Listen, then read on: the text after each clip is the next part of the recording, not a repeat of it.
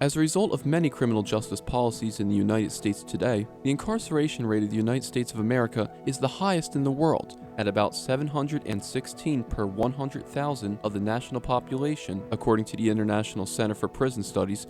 There's the question now of what to do in order to hold all of these people.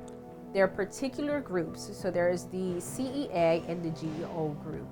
They have contracts with the federal government, but also with state governments. They also have local contracts with like local jails.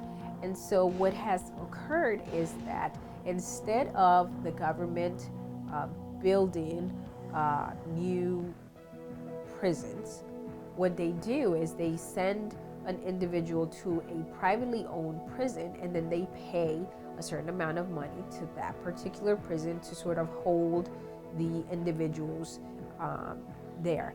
Since 1970, our prison population has soared by 700%. That is a staggering number. We no longer have the crime rates we once had in the 1970s. What is the rationale exactly? There's no real correlation between mass imprisonment and our decline in crime rates either. No scholar has ever established that there's a connection between the two. The groups that usually run these types of business are major groups. And what we know about major groups, entities, is that oftentimes they would like certain laws to be passed or maybe not to be passed. Because if it hurts their business, then they don't want the laws to be passed.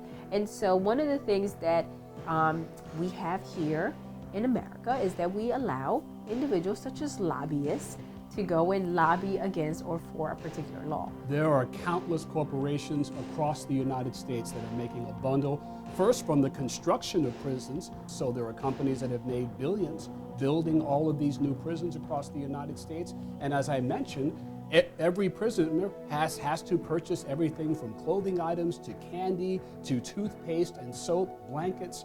It's very distressing, but it has been a lucrative business for a lot of people. There are companies that profit from the labor that occurs within the particular prisons.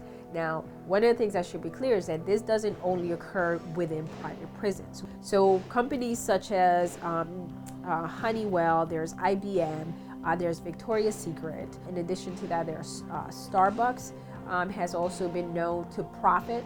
And so all these companies, make money from this type of labor. Those who are imprisoned and incarcerated, again, they experience a civic death.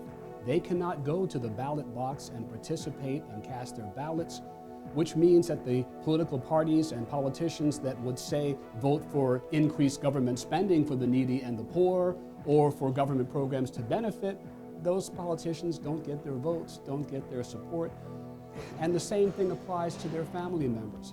Mass imprisonment essentially leads to a civic death, which perpetuates the status quo, which of course helps elites and the wealthy who are benefiting from that status quo. There's no question about it. Money plays too big a role in our present-day electoral system. There's no question about it. And DAs and judges are impacted by this.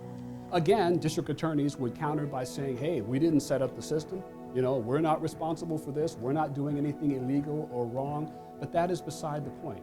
The reality is elites and wealthy elites continue to funnel tons of money into these campaigns, and they're doing it for a reason. They're expecting something in return. And what they get in return is a perpetuation of the status quo.